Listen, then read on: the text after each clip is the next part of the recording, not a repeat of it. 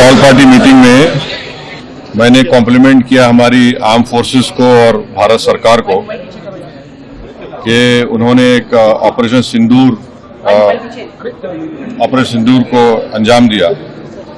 मैंने अपनी बात में ये कहा कि एक इंटरनेशनल कैंपेन हमको चलाना चाहिए टीआरएफ के खिलाफ, और ख़ास तौर से सिक्योरिटी काउंसिल इसको डिजिग्नेट करे और हमको यूनाइटेड स्टेट्स ऑफ अमेरिका को ये बताना है कि वो अपने ही मुल्क में इसको फॉरेन टेररिस्ट ऑर्गेनाइजेशन डिजिग्नेट करे।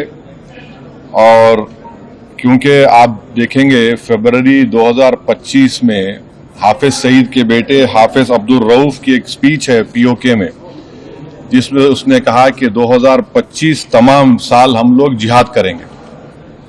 तो ये जिहाद का नाम लेकर, ये भारत में गलत नाम लेकर कत्ल करना चाहते हैं, आतंक फैलाना चाहते हैं।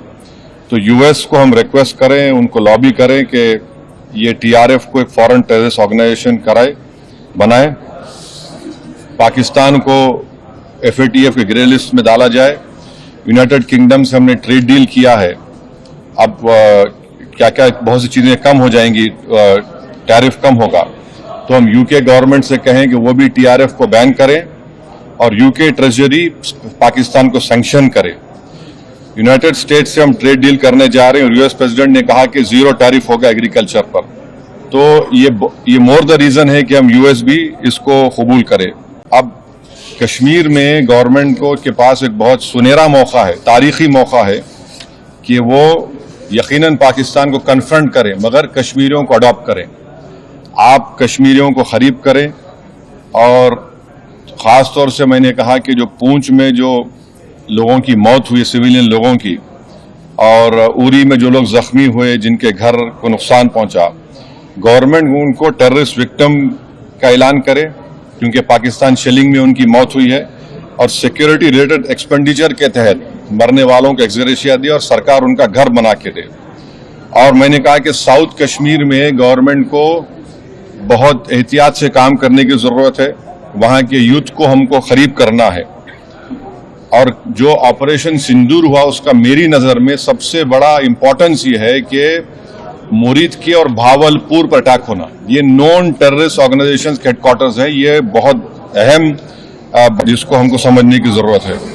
मिलिट्री स्ट्रेटेजी वाइज आप देखेंगे अब हमारे देश के लिए दो फ्रंट की हॉस्टिलिटी होगी, एलएसी और एलओसी पर। इसलिए कि जब 16 में उरी हुआ, 2019 में हम बालाकोट किए, आज हमारी 50,000 फौज गलवान और पे बैठी हुई है। तो ये टू फ्रंट हॉस्टिलिटी को हमको देखने की ज़रूरत है। चाइना से हम इतना एक्सपोर्ट कर रहे हैं, इंपोर्ट से ज़्यादा चाइना से इतना इंपोर्ट कर रहे हैं, एक्सपोर्ट से ज़्यादा हो रहा है। तो हम चाइना पर भी इम्प्रेस करें कि वो पाकिस्तान को, टीआरएफ को, जितने टेररिस्ट वांटेड है इंडिया, उसको हवाले करें। और गवर्नमेंट से मैंने गवर्नमेंट से कहा कि आपने अच्छा जवाब दिया ओआईसी को, और तुर्किया को हमको समझाना है कि तुर्किया पूरे विश्व में एक ऐसा कंट्री है जो अपने ही देश में जो टेररिस्ट ऑर्गेनाइजेशन है कर्ड्स, उनको बॉम्ब करता है। इराक में जब तक उनसे डील नहीं वहाँ बॉम्ब करता था, अब सीरिया में भी बॉम्ब करता है वो। तो तुर्किया को समझाने की ज़रूरत है कि जब आप कर्ड्स के ऊपर जो टेररिस्ट ऑर्गेनाइजेशन है उनको आप एक्शन ले सकते, तो भारत पे क्यों वो सवाल उठा रहे हैं। और हमने कहा कि ये आज पाकिस्तान इसको और एस्केलेट ना करे। इस सिलसिले में आज ईरानियन फॉरेन मिनिस्टर दिल्ली में है, सऊदी फॉरेन मिनिस्टर भी दिल्ली में है। और जो देश में मैंने कहा कि जो एक यूफोरिया है, इसको सरकार को देश को और मुत्तहिद करने के लिए और देश को ताकतवर बनाने के लिए इस्तेमाल करना पड़ेगा। और जो लोग मैंने जिक्र किया, हिमांशी उस बच्ची का जिसने